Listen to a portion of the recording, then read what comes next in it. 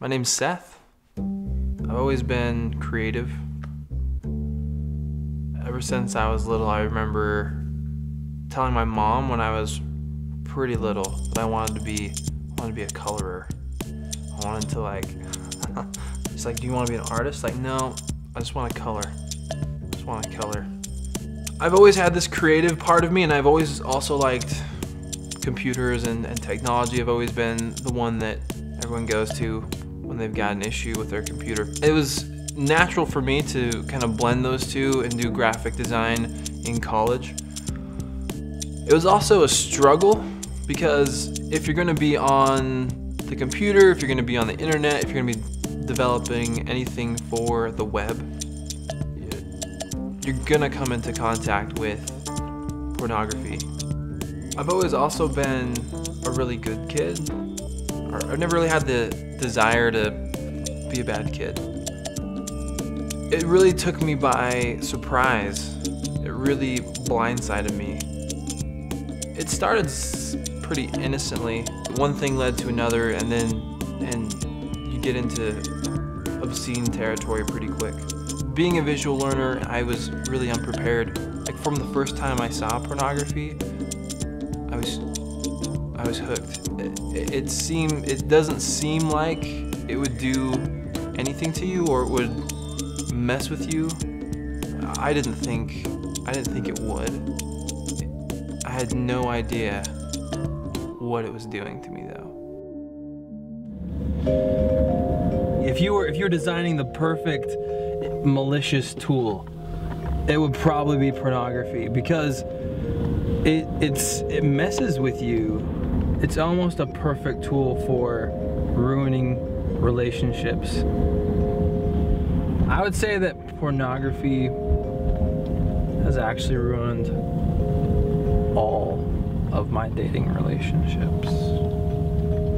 With dating and relationships, pornography is a way of detaching and getting away from your problems. It's a quick fix. It's just like drugs in a way that many people use drugs to get away from their problems. They can't really cope.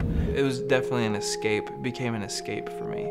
I felt like I was a bad person, or I was becoming a bad person because of this aspect of my life that seemed to be becoming more and more prevalent. I would kind of just become numb. I'd lose feeling. Things kind of seemed black and white. I failed most of my classes that semester, and I realized that this was something that was an actual addiction.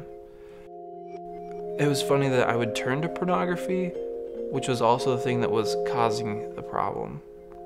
But when you're in it, in the moment, when you're in the thick of it, you don't see that.